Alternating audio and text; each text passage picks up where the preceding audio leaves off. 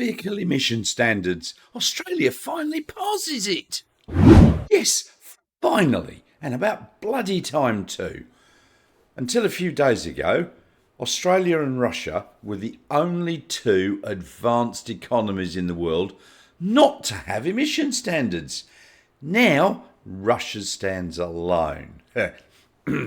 From the 1st of January 2025, car makers will be required to sell more fuel efficient vehicles with lower emissions here in Australia. However, the penalties won't start until the 1st of July 2025, which is 6 months later. Right, so under these new emissions laws, the Australian government is seeking to reduce emissions for passenger vehicles by 61% by 2029, 35% for light commercial vehicles. It's not enough.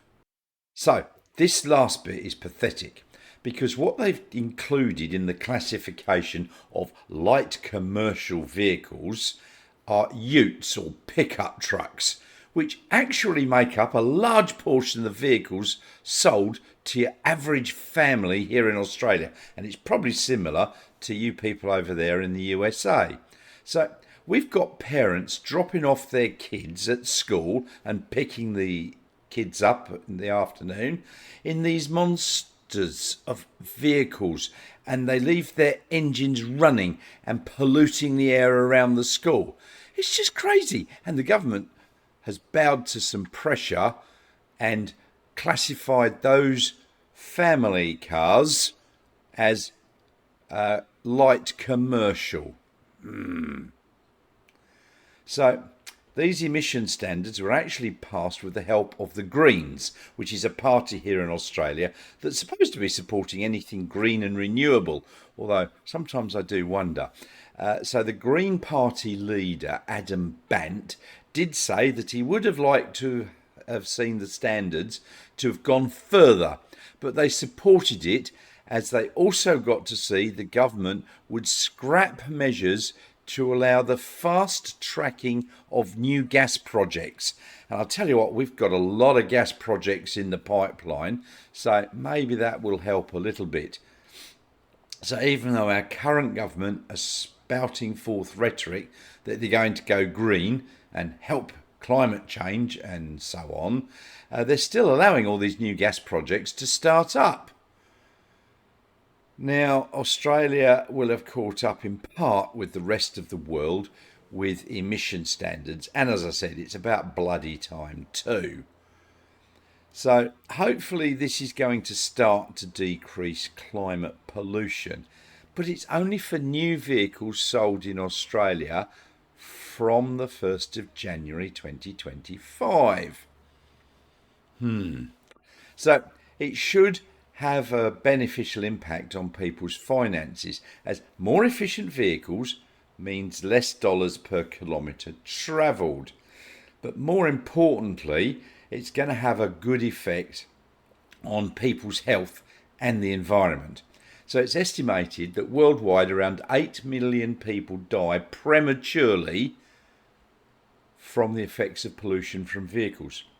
And of those, 4,000 die prematurely in Australia alone. So anything that helps reduce that is good.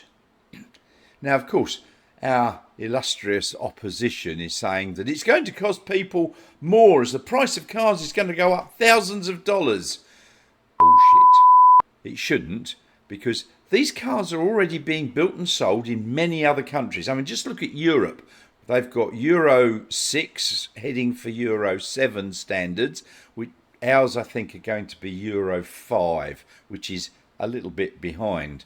But they weren't bringing these cars to Australia, all these other manufacturers. Instead, Australia was a bit of a dumping ground for many fuel, inefficient and badly polluting cars because we didn't have any standards. But now perhaps things are going to start to change for the better as we start to get these more efficient models brought here. Now, personally, I don't actually trust anything that the opposition says. Actually, come to think of it, I don't trust anything politicians say. Now, this opposition and these idiots are also wanting to build nuclear reactors around Australia to help solve the power crisis.